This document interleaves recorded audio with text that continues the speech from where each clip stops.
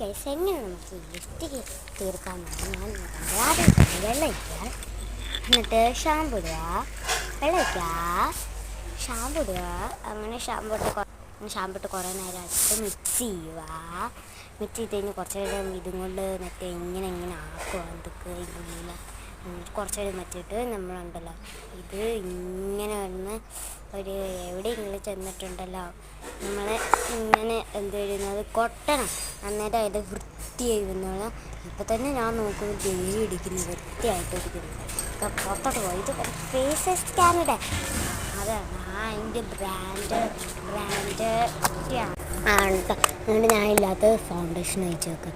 കൊട്ടണം ഇങ്ങനെ ആടുന്നു കുറേ നേരം. ഇപ്പം തന്നെ അത് വൃത്തിയായി വന്നിട്ടുണ്ട്. എന്തായാലും ഇപ്പം തന്നെ വൃത്തിയായി വന്നിട്ടുണ്ട്.